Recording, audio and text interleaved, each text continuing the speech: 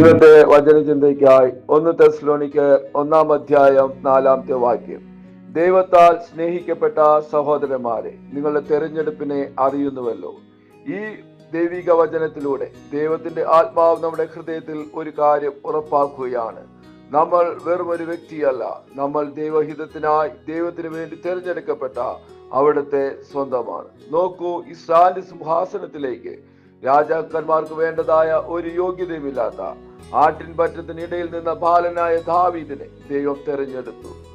അവന്റെ പുറം കാഴ്ചയല്ല, മറിച്ച് ദൈവത്തോടുള്ള സ്നേഹം നിറഞ്ഞതായ ആഴമായ ഹൃദയബന്ധം മാത്രമാണ് ദൈവം ഇവിടെ മാനദണ്ഡമാക്കിയത്.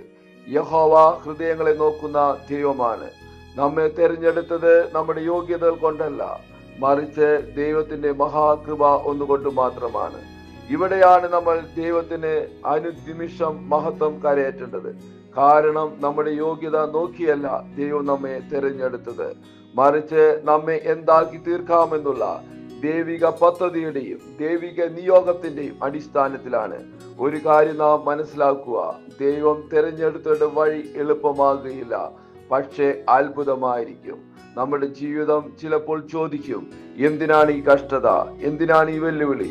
പക്ഷേ ആ സമയത്തിലും ദൈവത്തിന്റെ ആത്മാവ് നമ്മളെ ഓർമ്മപ്പെടുത്തുന്ന ഒരു മറുപടിയുണ്ട്: ഞാൻ തന്നെയാണ് നിങ്ങളെ തിരഞ്ഞെടുത്തത്, ഞാൻ എൻ്റെ മഹത്വം നിങ്ങളിൽ വെളിപ്പെടുത്തുക തന്നെ ചെയ്യും. നമ്മുടെ വഴികൾ കടുപ്പമേറിയതാകുമ്പോൾ ആ കണ്ണുനീർ ദൈവം കാണുന്നുണ്ട്, നമ്മുടെ പ്രാർത്ഥന ദൈവം കേൾക്കുന്നുണ്ട്. ഈ സഹനങ്ങൾക്കിടയിലൂടെയാണ് നമ്മുടെ ജീവിതത്തിൽ ദൈവം തൻ്റെ മഹത്വം വെളിപ്പെടുത്തുന്നത്. അതുകൊണ്ട് നമുക്ക് ഉറപ്പോടെ നടക്കാം, കാരണം ദൈവത്തിന്റെ തെരഞ്ഞെടുപ്പ് ഒരിക്കലും തെറ്റിപ്പോവുകയില്ല. ഈ ദൈവിക നിയോഗം പൂർത്തിയാക്കുവാൻ അവർ നമ്മളെ സഹായിക്കും. ഈ ഉറപ്പോടും ഈ വിശ്വാസത്തോടും നമുക്ക് ഒരുമിച്ച് പ്രാർത്ഥിക്കാം. സ്വർഗീയ പിതാവേ, ഞങ്ങൾ ഒരുമിച്ച് പ്രാർത്ഥിക്കുന്നു. ഞങ്ങളെ കേൾപ്പിച്ച നല്ല വചനങ്ങൾക്കായി സ്തോത്രം ചെയ്യുന്നു.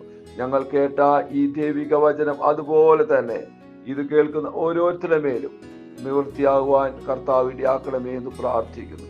അത്ഭുതമാക്കുന്ന കൃപയ്ക്കായി സ്തോത്രം. യേശുവിൻ നാമത്തിൽ തന്നെ ആമേൻ.